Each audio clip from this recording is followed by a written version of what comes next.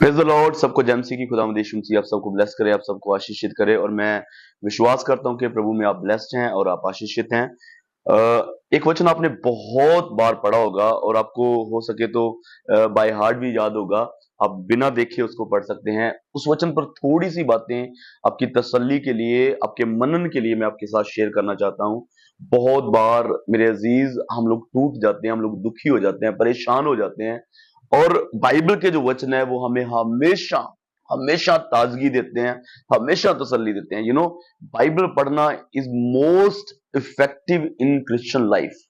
आपकी लाइफ में बाइबल पढ़ना जो है वो मोस्ट इंपॉर्टेंट है। जब आप बाइबल को खोलते हैं तो स्वर्ग का ध्यान जो है वो आपकी तरफ होता है। स्वर्ग में परमेश्वर, स्वर्गदूत आपकी तरफ देखते हैं। और जब आप बाइबल को खोलते हैं, पताल का ध्यान आपकी तरफ होता है। पताल में दुष्ट आत्माएं आपको देखती हैं कि अब ये बंदा जो है मेरे हाथ से छूट जाएगा। जब आप बाइबल को खोलते हैं तो आपके घर के जो हालात हैं वो बदलने शुरू हो जाते हैं, चेंज होने शुरू हो जाते हैं आपके घर के हालात। बाइबल जो है वो परमेश्वर का श्वास है, इस ब्रेथ ऑफ गॉड। जब आप तिमोथियस पढ़ते हैं वहां पर लिखा है जो बाइबल है वो परमेश्वर का श्वास है। और जब आप उत्पत्ति पढ़ते हैं, जेनेसिस पढ़ते हैं, वहां पर लिखा है कि परमेश्वर ने अपना श्वास आदम की नॉस्टिक आदमी के आदम के श्वासों में डाला, उसकी नॉस्टिक में अपने श्वास डाले। वो जो वर्ड रुवाक दोनों शब्दों के लिए यूज किया गया है। जब आप बाइबल को पढ़ते हैं, जब आप बाइबल को सुनते हैं, जब आप बाइबल को मनन करते हैं तो आपकी लाइफ में एक बड़ा चेंज आता है मेरे भाई। आपकी लाइफ में एक बड़ा बदलाव आता है, आपकी लाइफ में एक बड़ा चेंज होना शुरू हो जाता है जब आप बाइबल पढ़ते हैं। एक जबूर जो आपने बहुत बार सुना होगा, पढ़ा होगा, उस पर हम लोग थोड़ी देर के लिए मनन करेंगे।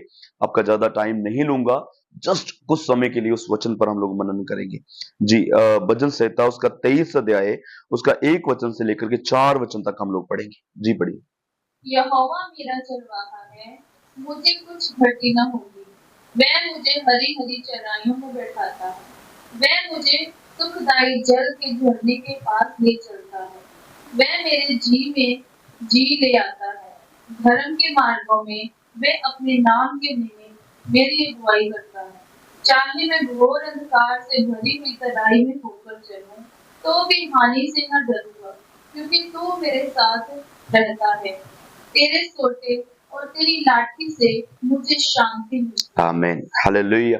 इस रियली पावरफुल जो जबूर है, ये बहुत ज्यादा पावरफुल है, बहुत सामर्थी जबूर है। जब भी हम पढ़ते हैं, हर वक्त ये जबूर हमें ताजगी देता है। दो चीजें मैं आपको इस जबूर में आपको समझाऊंगा, दो चीजें जो प्रभु का आत्मा मुझे गाइड करता है, मैं आपके साथ साझी करूंगा। एक पहली चीज जो मैं आपके साथ साझी करूंगा, लिखा है यहोवा मेरा चरवाहा है। आप जब ग्रामर को देखेंगे ना 23 जबूर की, तो बहुत ब्यूटीफुली इसको बनाया गया है, बहुत ब्यूटीफुली इसको क्रिएट किया गया। लिखा है यहोवा मेरा चरवाहा है, मुझे कुछ घटी ना होगी। वह मुझे हरी हरी चराइयों में बैठाता है, वह मुझे, फिर शब्द यूज किया, यहोवा मेरा चरवाहा है, वह मुझे हरी हरी चराइयों में बिठाता है, वह मुझे सुखदायक पानियों के झरनों के पास ले चलता है, वह मेरे जी में जी। और यहां पर वह शब्द जो है इस्तेमाल किया गया है। लेकिन जब 4 वचन को पढ़ते हैं, लिखा है चाहे मैं घोर अंधकार की भरी हुई तराई में से होकर चलूं, तो भी हानि से ना डरूंगा, क्योंकि तू मेरे साथ है। यहां पर अब वर्ड जो है वो तू वर्ड जो है वो यहां पर इस्तेमाल किया गया है। अब अगर आप ग्रामेटिकल इसको देखेंगे, अगर आप इसकी ग्रामर को देखेंगे, चेक करेंगे, तो आपको एक चीज समझ में आएगी कि जब सुख है, जब हरी हरी चराइयां हैं, जब सुखदायक जल है, जब जी में जी आ रहा है और धर्म के मार्ग चल रहे हैं, तब वह दूर है, इसलिए शब्द यूज किया गया वह। लेकिन जब दुख आया, जब घोर अंधकार की वैली आई, जब मौत का साया आया, तो ग्रामर जो है वो चेंज हो गई। और यहां पर ग्रामर जो है वो तू करके इस्तेमाल किया गया। एक जो बंदा दूर बैठा है, एक शख्स जो दूर बैठा है, उसके लिए वह शब्द जो है वो इस्तेमाल किया जाता है। लेकिन जो पास है उसके लिए तुम, आप, ये वर्ड्स जो है इस्तेमाल किए जाते हैं। इट मींस जब सुख है जिंदगी में तो परमेश्वर जो है वो अपनी जगह पर है।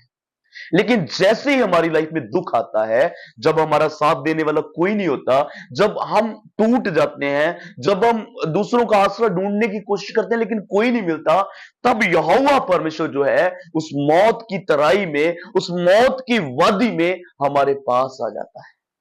हालेलुया। जब आप कभी दुखी हो जाते हैं, परेशान हो जाते हैं, हिताश निराश हो जाते हैं ना, तो आपको कोई आसरा नहीं मिलता, तब आपका परमेश्वर आपके पास खड़ा रहता है। तब आपका यहोवा परमेश्वर आपके बहुत बहुत बहुत नजदीक होगा। इवन के आपको अपने हाथों में उठा लेगा, इवन के आपको अपने पंखों के नीचे जो है वो जगह देगा, इवन के आपको अपनी बाहों में ले लेगा। आप इस चीज की गहराई को समझें, आप अंडरस्टैंड करें वो परमेश्वर कितना आपके नजदीक है, कितना आपके करीब है जब आप दुख में होते हैं। हालेलुया। और एक और चीज मैं आपको आपको बताना चाहता हूं कि यहां पर लिखा है कि यहोवा मेरा चलो, 3 वचन तक जब आप पढ़ेंगे तो सुख की बातें की जा रही हैं। ये दूसरी बात मैं आपको बताने के लिए जा रहा हूं, सुख की बातें की जा रही है। और 4 वचन में जैसे ही एंटर हुआ तो मौत की तराई की वादी की बात की जा रही है। जब सुख थे अचानक से दुख कैसे आ गया। एक बार मैं एक चीज को समझ रहा था, जब हम जो झूला होता है ना, बड़े वाला झूला होता है जो मेलों में या कहीं ऐसी जगह पर सेट किया जाता है, वो जो बड़े वाला झूला होता है, वैसी मसीह लाइफ मैं सुन रहा था कि वैसी मसीह लाइफ होती है। जब ऊपर को जाते हैं ना तो बड़ा अच्छा लगता है। हो सकता है आप भी बैठे हो उस झूले में कभी। जब हम ऊपर को जाते हैं तो बड़ा अच्छा लगता है, लेकिन जब नीचे को आते हैं ना तो कुछ लोगों की तो चीखें निकल जाती हैं, वोमिटिंग आ जाती है ना, कुछ लोगों को बड़ी परेशानी आ जाती है उस टाइम पे। लेकिन जब वो ऊपर जा रहे होते हैं तो बड़ा अच्छा लगता है, बहुत खूब लगता है कि ऊपर जा रहे हैं। लेकिन जैसे वहां से नीचे आ रहे होते हैं, मैं भी एक बार बैठा था, इट्स रियली ऐसा ही होता है कि जब नीचे को आते हैं तो एकदम से डरावनी फीलिंग आती है। जब मुसीबत, जब हम कभी ऊपर जाते हैं ना, पैसा आ रहा है, ब्लेसिंग आ रही है तो बड़ा अच्छा लगेगा। लेकिन जैसे हम लोग नीचे की तरफ जाते हैं, थोड़ा सा खुदावन थोड़ा सा हाथ पीछे करता है, थोड़ा सा नीचे हमें लेके जाता है, तो एकदम से हम डर जाते हैं। अजीज, जब यीशु मसीह की लाइफ में आप देखते हैं, चेले नदी के दूसरे पार जब जा रहे थे यीशु मसीह के साथ नाव में बैठ करके, तो जब उससे पहले आप देखोगे तो वो अच्छे एक वर्ड से एक अच्छे खाने पर हैं, अच्छी चीजों पर हैं। लेकिन जैसे ही रास्ते में गए तो तूफान आना शुरू हो गया। प्रभु यीशु मसीह जानते थे पहले से कि तूफान आने वाला है। यीशु मसीह जानते थे कि रास्ते में प्रॉब्लम आने वाली है। यीशु मसीह जानते थे कि रास्ते में क्या होने के लिए जा रहा है। लेकिन जानबूझ के चेलों को यीशु मसीह ने ऐसी जगह पर गाइड की, ये दिखाने के लिए कि मैं हर एक चीज पर कंट्रोल रखता हूं और मैं तुम्हें शांति देने की ताकत रखता हूं आपके दुखों में, आपकी परेशानी में। हालेलुया। जब आप बाइबल के साथ समय बिताएं, जब आप बाइबल को पढ़ें, तो ये चीजें आपको बहुत बड़ी तसल्ली देगी मेरे भाई, कि वो परमेश्वर जब हमारी जिंदगी में सुख होते हैं, जब हमारी जिंदगी में परेशानी नहीं होती, जब हम आनंद से भरे होते हैं, हो सकता है खुदावंद हमसे थोड़ा दूर हो, लेकिन जैसे ही अपनी लाइफ में दुख आते हैं तो वो परमेश्वर हमारे पास आ जाता है। एक छोटी सी स्टोरी बता के आपको फिनिश कर रहा हूं। एक बार एक पास्टर जो उसके मरने के बाद खुदावंद के पास गए और खुदावंद उसको उसकी पुरानी जिंदगी दिखा रहे हैं। तो वो जैसे चल रहे हैं, 4 पैरों के निशान आ रहे हैं, 2 उस पास्टर के, और खुदावंद ने कहा कि 2 जो कदम है वो मेरे हैं। तो एक दिन ऐसा आया जब 2 ही कदम चल रहे हैं, 4 नहीं दिखाई दे रहे, 2 ही दिखाई दे रहे। तो उस पास्टर ने याद किया, कहा कि प्रभु ये मेरे बड़े दुख के दिन थे, मेरी बड़ी परेशानी के दिन थे, मेरे पास पैसा नहीं था, मुझे सब छोड़ के चले गए थे, लेकिन उस दिन प्रभु आपने भी मुझे छोड़ दिया, अभी देखो 2 ही कदम नजर आ रहे हैं। तो खुदावन ने कहा, बेटा ये 2 कदम जो है ना वो तेरे नहीं है, जो 2 पैर नजर आ रहे हैं, पैरों के निशान नजर आ रहे हैं, वो तेरे नहीं है बल्कि वो मेरे हैं। क्योंकि उस टाइम, उस दिन मैंने तुझे अपने हाथों पर उठाया हुआ था और तेरे पैरों के निशान कहीं नजर ही नहीं आ रहे। मेरे अजीज, तसल्ली में रहें। अगर आप परमेश्वर की आराधना कर रहे हैं, बाइबल के साथ समय बिता रहे हैं, प्रार्थना में समय बिता रहे हैं, तो आपका परमेश्वर आपको कभी भी नहीं छोड़ेगा। God bless you. खुदा यीशु मसीह आपको ब्लेस करे, आशीषित करे। आमीन।